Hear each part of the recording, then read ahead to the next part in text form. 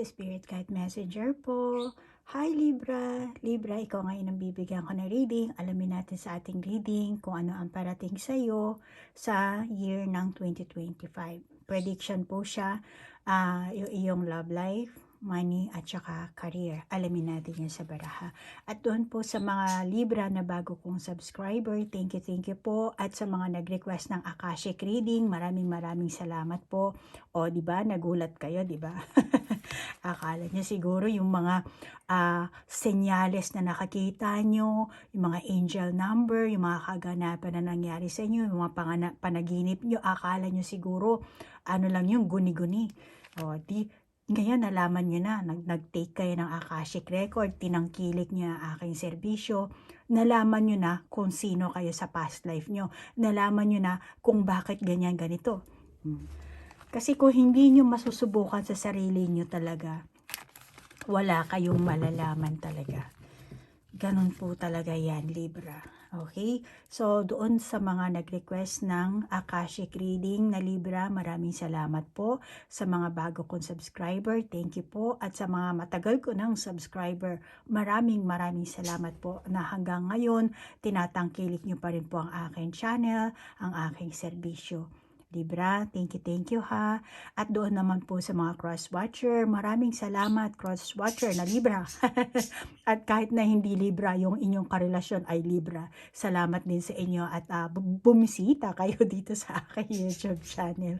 Alam niyo po, itong aking YouTube channel, ginawa ko to dahil sinabi ng gabay ko na gawin ko para suportahan po kayo, mahatiran kayo ng mensahe, na sa ganun po maisaayos nyo po ang inyong buhay, kabuhayan, relasyon sa mga tao, sa inyong karelasyon, sa inyong pamilya, co-worker, kapitbahay. Okay, Libra? At Libra, ang intention ko sa paggawa ng video ito, naway mabigyan ko po kayo ng kamalayan, mabigyan ko kayo, ma-heal nyo ang inyong sarili at magkaroon kayo ng self-love. Okay, Libra? At Libra, ang self-love, hindi yan selfishness, hindi yan self-desire. Okay? Self-love, kaya ko sinasabi na self-love kasi ang ating katawan is the temple of the Holy Spirit. So, kailangan mahalin natin. Parang altar, di ba? Pag mahal natin ang altar natin, linilinis natin para wag alikabbukan, di ba? Nagsisindi tayo ng kandila para maging maliwanag. Naglalagay tayo ng incense, ng kung ano-ano, bulaklak para maging mabango. Which is, yun din ang ating katawan. Kailangan nating linisin. Alisin natin yung ating pagnanasa. Alisin natin yung mga malalaswang pag-iisip, mga maling pamamaraan, negatibong pamamaraan, negatibong pag-iisip. Okay? Para manirahan ang Holy Spirit sa ating katawan.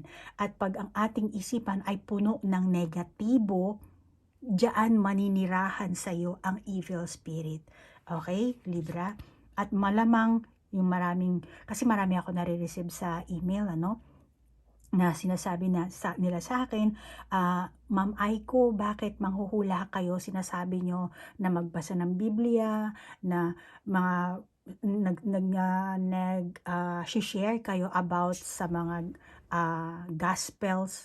Marami nagtataka. Okay. Once and for all sa inyo, Libra. Actually, sa iba siguro ang zodiac sign, nasabi ko na. Pumupunta kayo sa manghuhula. Anong ginagawa nyo? Anong gusto nyo? May problema kayo, nalilito kayo, gulong-gulo kayo, kaya pupunta kayo sa manghuhula. Gusto nyo manghingi ng advice. Pero later on, yung manghuhulang yan, minsan sila pa ang nagbibigay sa inyo ng advice ng masama. Gusto mo kulamin na lang natin. Gusto mo tirahin natin. Gusto mo gayumahin natin. So, yung mga ganyan, demonyo po yan. Tauhan yan ni Satanas. Mga dark worker po yan. Pero ang katulad ko na light worker, hindi ko yan ipapagawa sa inyo. At kung kayo ay may ganyang klaseng gustong ipagawa sa akin, I'm sorry. Hindi ko po gagawin yan. Kahit nasabihin yung bayaran nyo ako, no. Kailangan ko ang Panginoon sa buhay ko. At hindi ako gutom.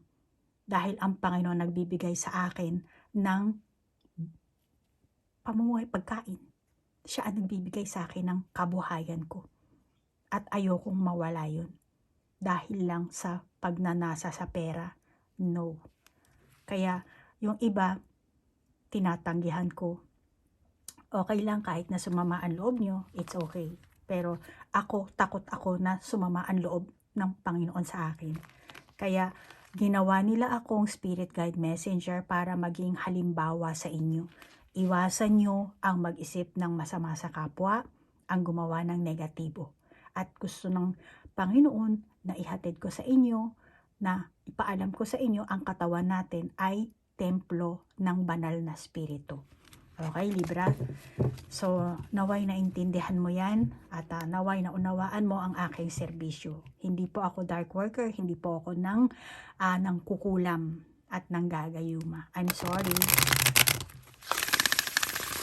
Kaya, ganyan ang gusto kong gawin nyo rin, Libra, ano? Always seek the kingdom of God before anything else. And lahat ng gusto mo, all these things shall be added unto you. Yan ang sinasabi sa Matthew. Okay? Okay, so alamin na natin ang iyong love life this coming 2025. Ano ang parating sa love life ni Libra? Blessed. Uy, blessed. Blessed daw, Libra. Kaya Libra, always, pagka meron ka nararanasan na pagkadismaya, frustrated ka, anxiety, depression, open the Bible.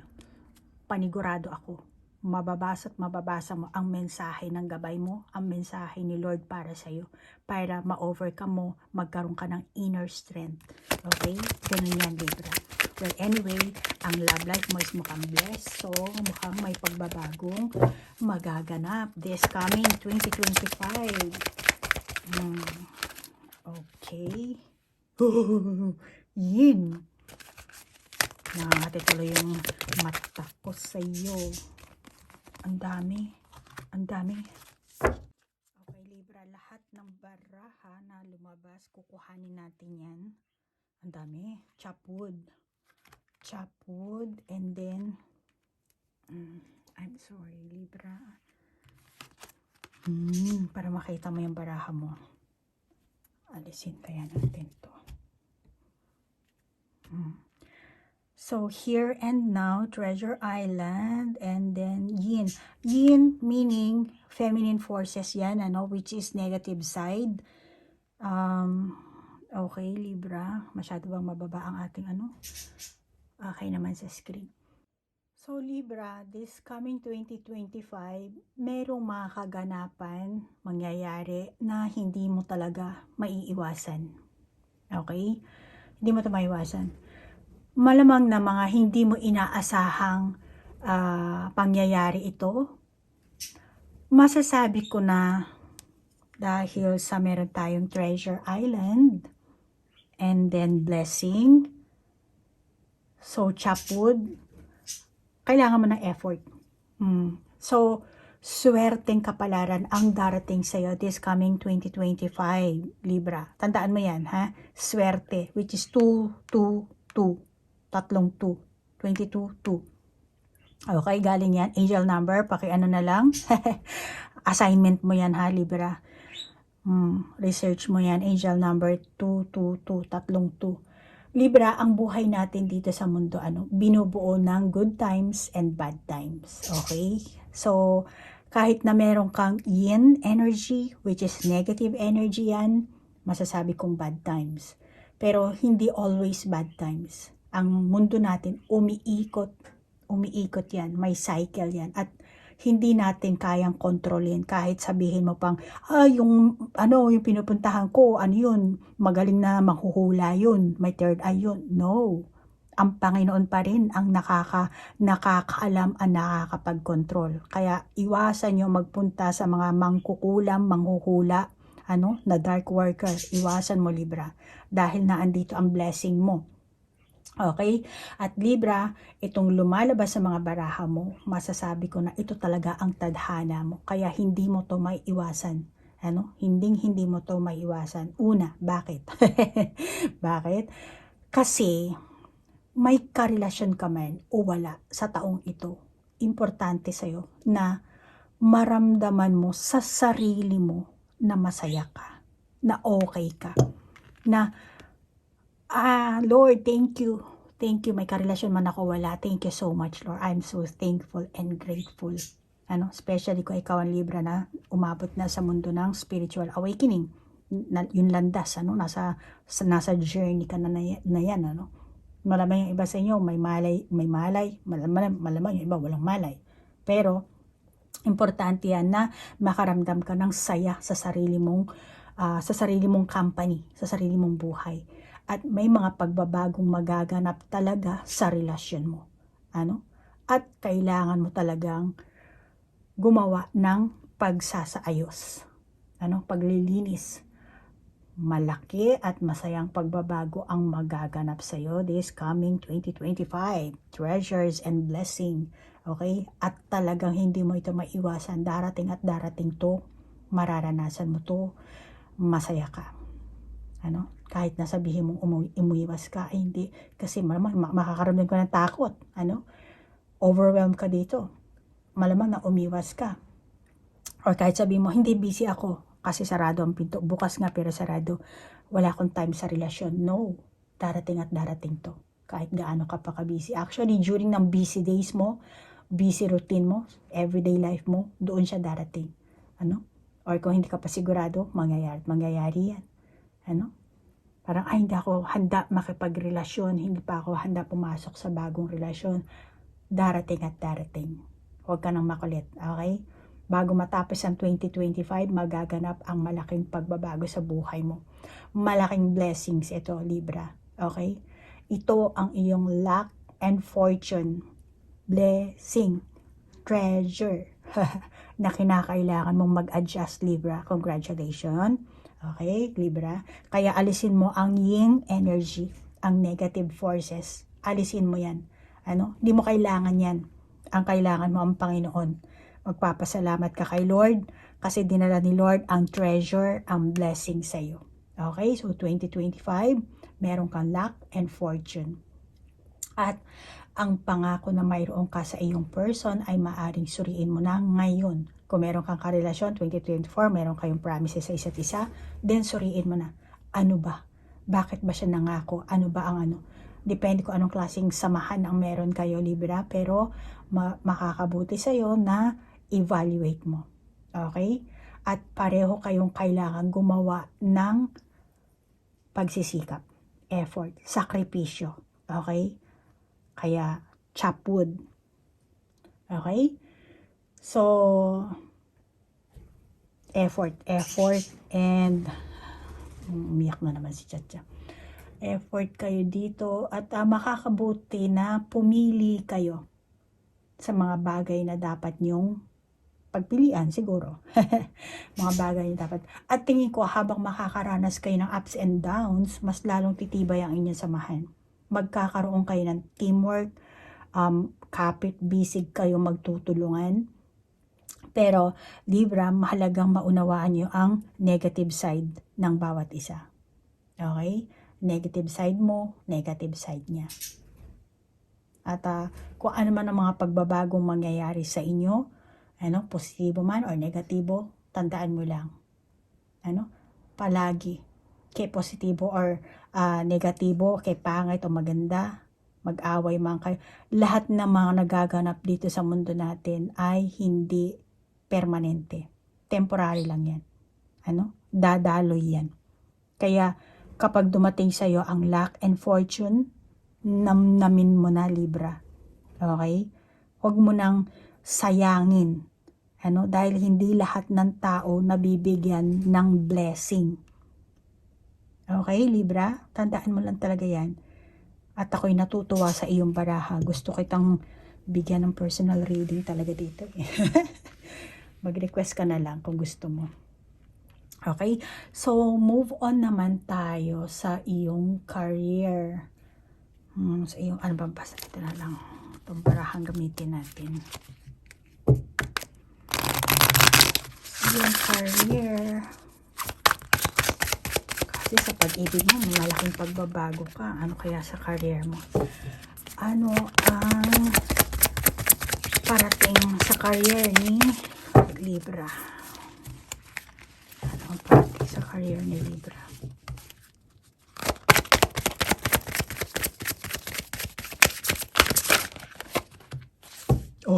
Kung ikaw ang Libra na mapanlin lang, itigil mo na yan ha, Libra. Kung hindi talaga yan ang trabaho mo, kung hindi talaga yan ang wala ka talagang tunay na kakayahan, then stop it. Huwag kang matakot na admit na hindi ka talaga marunong or wala ka talagang alam. Be honest, okay? Magic stream, listening, Wizard of Awareness, okay.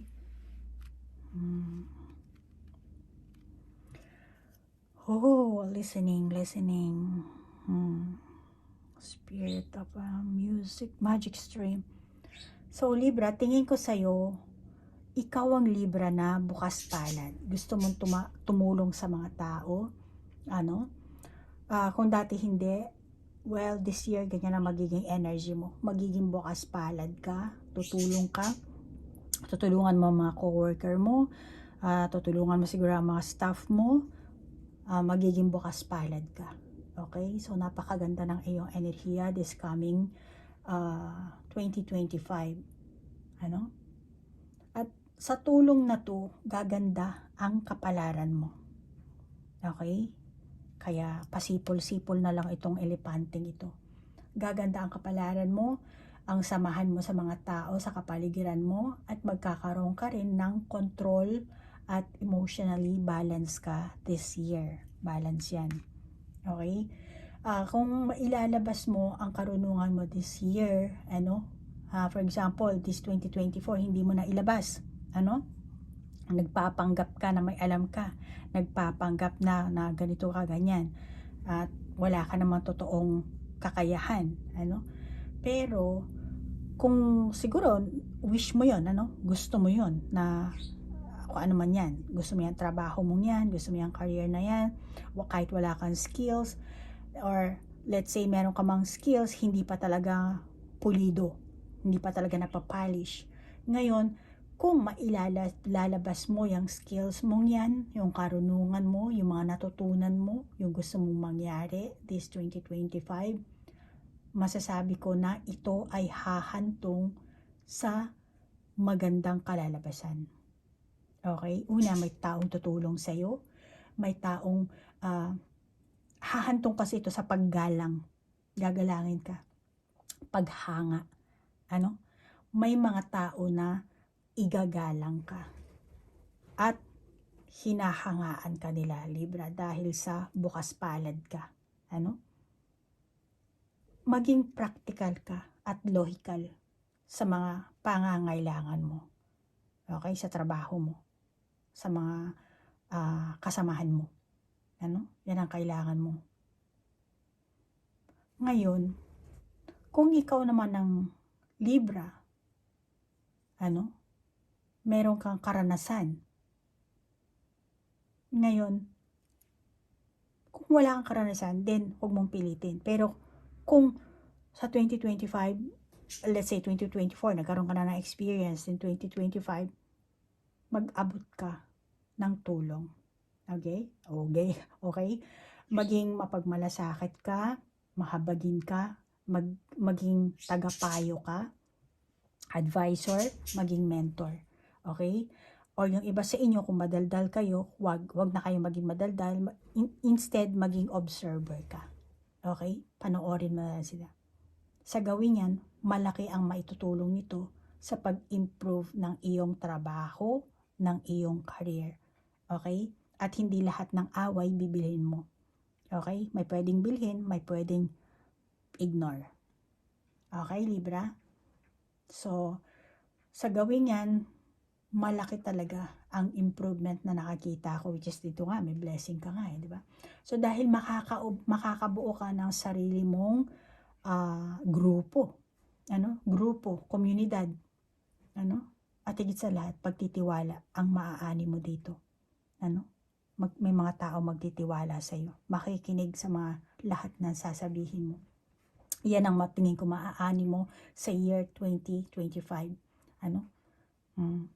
Good working place, good co-worker. Magtitiwala sila sa iyo, hahanga sila sa iyo. Dahil Libra, mahirap mata mo or mahirap bilhin ang tiwala. Kaya huwag mong sayangin yan. Maging bukas palad ka, nang sa ganun, humanga sila sa'yo, bumilib, magtiwala.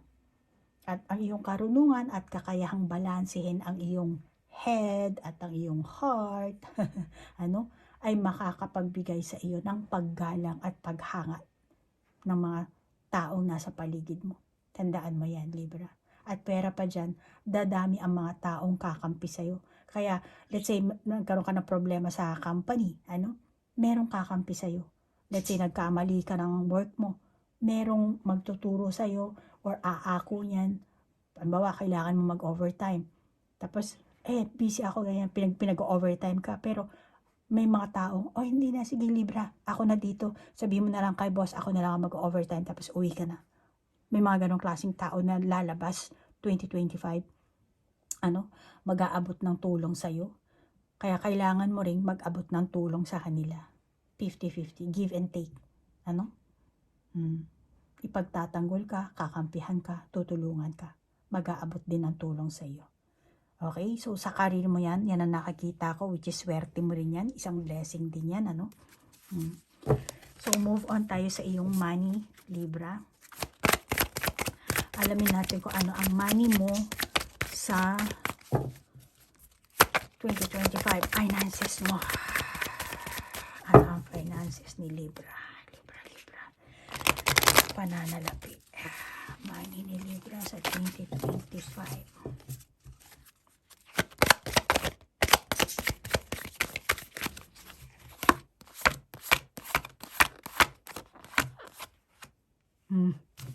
Ancestors Patarasi.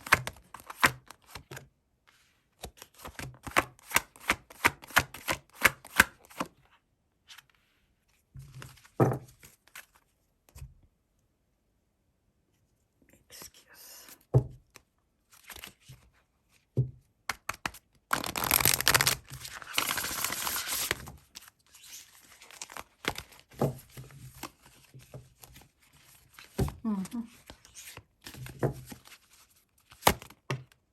Tumalsik na.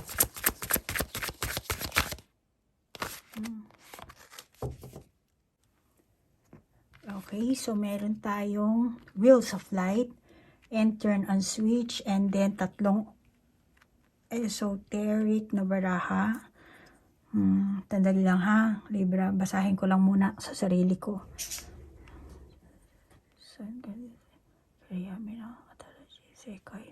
Okay. Naget ko na.